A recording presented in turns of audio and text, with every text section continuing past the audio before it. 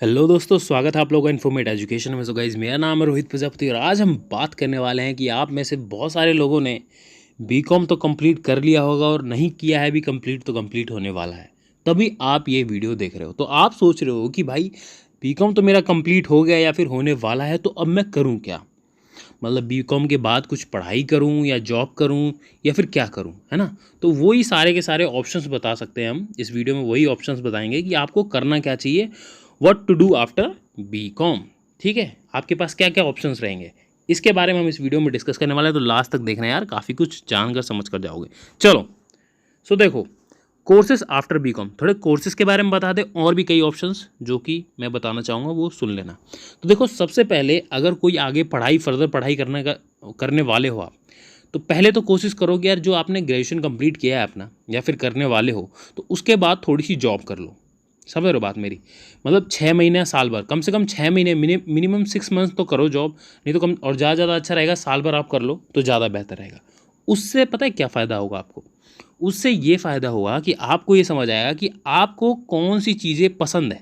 मतलब आपने बीकॉम में जो भी पढ़ा, economics, accounting, financial system, taxations, laws जो भी पढ़े हैं ज़्यादा सारा, उस चीज़ों में से किस चीज़ में आपका ज़्यादा इंटरेस्ट है ना। आप जॉब करोगे ना, जब उस चीज़ पे वर्क करोगे तो ज़्यादा आपको समझ आएगा कि भैया मेरे को कॉलेज के टाइम पे तो अकाउंटिंग पसंद होती है, लेकिन जब आप जॉब में आते हो, जैसे काम करने को मिलता है, तो कई लोगों को पसंद नहीं आता है ना। कुछ और चीज़ें पसंद आने लगती हैं, तो वो थोड़ा जॉब से ज़्यादा क्लैरिफाई होगा।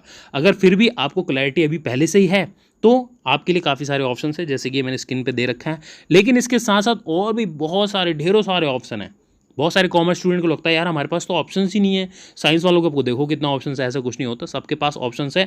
आज के टाइम में आप बहुत सारी चीज़ें ऐसी कर सकते हो जो कि एक साइंस वाला भी कर सकता है, और साइंस वाला ऐसी चीज़ें भी कर सकता है जो आर्ट्स वाला कर सकता है। तो ऐसा कोई बाउंडेशन नहीं है। वो ट्रेडिशनल चीज़ों के ऊपर रुके रहोगे तो फंसे रह जाओगे कि एक पर्टिकुलर डिग्री करो, फिर मास्टर ग्रेजुएशन करो, उसके बाद जॉब करो। ऐसा कुछ नहीं।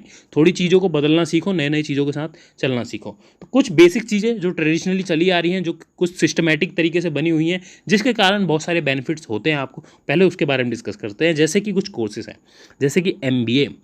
एमबीए एक बहुत ही अच्छा कोर्स है। बहुत सारे लोगों को आप में से पता होगा, बहुत बार आपने देखा होगा भैया एमबीए कर लो बहुत पैसा होता है। लेकिन एमबीए कहाँ से कर लो ये कोई नहीं बताता, है ना। एमबीए करना चाहिए कम से कम आपको इंडिया के जो नेशनल लेवल पे टॉप 50 कॉलेज है ना, वहाँ पर आपका नंबर आए तो बहुत ही बढ़िया है।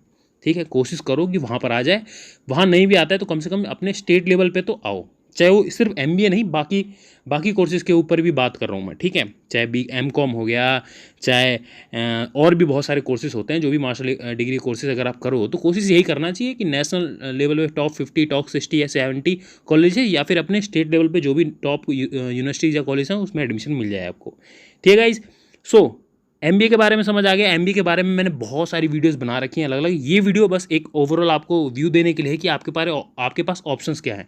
डिटेल में नहीं समझाऊंगा कि कौन सा कोर्स में क्या है, इन डिटेल नहीं जाऊंगा, क्योंकि मैंने एमबीए के पहले ऊपर ही काफ़ी अच्छी वीडियो बना रखी है। बहुत सारी वीडियो हमारे चैनल पर आप जाके देख सकते हैं। एक एक स्पेशलाइजेशन को भी अच्छे से मैंने एक्सप्लेन कर रखा है। इन कोर्सेज़ के बारे में थोड़ा थोड़ा मैं बताऊंगा, और आगे चल के इन पर्टिकुलर कोर्सेज से भी रिलेटेड एक एक कोर्सेज के ऊपर भी एक वीडियोज़ आएंगी जिनमें काफ़ी अच्छे से डिटेल में एक्सप्लेनेशन दे रखी होगी कि उस पर्टिकुलर कोर्स में क्या क्या अच्छे से होता है, और सारा क्या पूरा का पूरा एक ब्यौरा दे रखा होगा। ठीक है, तो आपको काफ़ी कुछ जानने को मिल जाएगा। शायद अगर आप ये वीडियो लेट देख रहे हो तो क्या पता अब तक वीडियोज़ मैंने भी डाल भी दी हो। तो उसके बाद आता है चार्टर्ड अकाउंटेंट, सीए। ठीक है, सीए काफ़ी बार आपने सुना होगा। आप जब 12th में भी थे, जब आप कॉमर्स के स्टूडेंट हैं, तब भी आपने सुना होगा भैया सीए वाले काफ़ी फ़ायदेमंद रहते हैं अगर वो सीए कंप्लीट हो जाए तो। बिल्कुल फ़ायदेमंद रहते हैं, लेकिन फ़ायदा आपको तब मिलेगा जब आप 1 से 2 अटैम्प्ट में पूरा क्लियर कर दो तो। समझ रहे हो बात मेरी।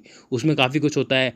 पहले आपका प्री होता है, फिर उसके बाद आईपीसीसी होता है, फिर मेंस होता है, फाइनल जिसे कहते हैं। ठीक है, तो ये सारी चीज़ें होती हैं। उसमें आपको साथ साथ 2.5 साल का एक ट्रेनिंग वगैरह भी होता है। ठीक है, तो अगली आगे चल के मैं कई वीडियोस बनाऊंगा, शायद अब तक अपलोड कर दी होंगी मैंने, अगर आप काफ़ी लेट देख रहे हो तो उसमें काफ़ी डिटेल एक्सप्लेन कर दूंगा। तो ये सीए काफ़ी अच्छा कोर्स है। अगर आप 1 या 2 अटैम्प्ट में पूरा का पूरा क्लियर कर दो तो काफ़ी बेनिफिशियल रह सकता है आपको।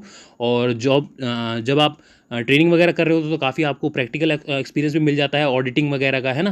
क्योंकि आप जो पहले से एक सीए बंदा होगा उसके अंडर ही ट्रेनिंग ले रहे होंगे, तो काफ़ी अच्छी नॉलेज मिल जाती है। फिर आ जाता है कंपनी सेक्रेटरी। कंपनी सेक्रेटरी का क्या काम होता है कि जो भी बोर्ड ऑफ डायरेक्टर से रिलेटेड उनके पास वर्क होते हैं, जैसे कि मान लो कॉर्पोरेट लॉज होते हैं, टैक्सेशन लॉ होते हैं कि कॉर्पोरेट ऑर्गेनाइजेशन ने जीएसटी टाइम पे भरा है कि नहीं भरा है, क्या क्या प्रोसीजर हैं, सारे टैक्स रिलेटेड लॉज, कॉर्पोरेट से रिलेटेड लॉज, बहुत सारे लीगल मैटर वो देखता है और सजेशन देता है बोर्ड ऑफ डायरेक्टर्स को कि क्या क्या लीगल एक्शन हम ले सकते हैं या फिर आगे हमको कैसे प्रोसीजर करना चाहिए। उसमें काफ़ी डिटेल में इंफॉर्मेशनल पढ़ाई होती है, बहुत सारी चीज़ें होती हैं, उसको हम कभी और फर्दर किसी और वीडियो में डिस्कस करेंगे। फिर ऑप्शन आ जाता है एक एम कॉम काफ़ी सिनोनिम टाइप का ही है। देखो बीकॉम के बाद एम कॉम काफ़ी सीधा सा हिसाब लगता है ना।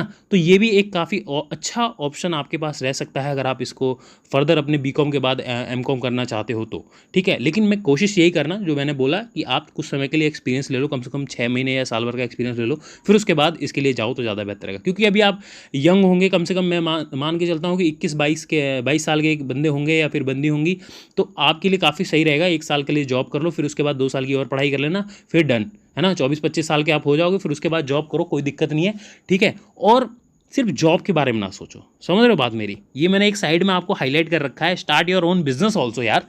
अपने पास कुछ आइडिया ऐसे सोच के रखो जिससे आप फर्दर फ्यूचर में काफ़ी सारे स्टार्टअप कर सको, या फिर अभी से लग जाओ ना। स्टॉक्स मार्केट हैं, बहुत सारे एसेट्स क्रिएट करो जिससे आप काफ़ी सारे पैसे बना सको, है ना। यूट्यूब पे आ सकते हो, अगर आपके पास कुछ अच्छी नॉलेज है या फिर कुछ क्रिएटिविटी कर सकते हो तो आप यूट्यूब पे आ सकते हो। यूट्यूब पे भी काफ़ी अच्छी अर्निंग बन सकती है अगर आप अच्छे से वर्क करो तो, लेकिन थोड़ा टाइम देना पड़ता है यूट्यूब पे ठीक है। फिर आ जाता है CFA, चार्टर्ड फाइनेंशियल एनालिस्ट। ये भी काफ़ी अच्छा कोर्स है, सर्टिफिकेशन कोर्स है। अगर आप ये कोर्स भी कर लेते हो तो काफ़ी आपके लिए बेनिफिशियल रह सकता है। फिर एक और ऑप्शन है आपके पास, सर्टिफाइड मैनेजमेंट अकाउंटेंट, नाम से समझ सकते हो, अकाउंटेंट से रिलेटेड कोर्स है। ये भी काफ़ी अच्छा कोर्स है ना। तो इसके बारे में कभी हम डिटेल में सारी के सारे कोर्सेज के बारे में वीडियो बता देंगे, लेकिन फिलहाल हम ऑप्शंस बता रहा हूँ आपके पास क्या क्या है ठीक है। आप चाहो तो इसको गूगल भी कर सकते हो, अभी जाके डिटेल में आपको काफ़ी कुछ मिल जाएगा। अगर आप लेट वीडियो देख रहे हो तो शायद अब तक वीडियोस अपलोड हो चुकी होंगी पर्टिकुलर डिटेल के कोर्सेज के डिटेल में ठीक है। Financial risk manager, finance related आपको इसमें डिटेल प्रोवाइड की जाती है, कैसे कैसे फाइनेंशियल किस किस टाइप के फाइनेंशियल प्रोडक्ट्स होते हैं, क्या क्या उनके अंदर रिस्क इन्वॉल्व होता है। और आप कई सारे कस्टमर्स को, जो भी बैंक्स के कस्टमर होंगे या फाइनेंशियल इंस्टीट्यूशंस होते हैं अलग अलग, चाहे इंश्योरेंस हो चाहे स्टॉक से रिलेटेड हो, वहाँ पर आप एडवाइजर लग सकते हो, जहाँ पर आप काफ़ी सारे सजेशन दोगे अपने कस्टमर्स को ठीक है। समझ रहे हो बात।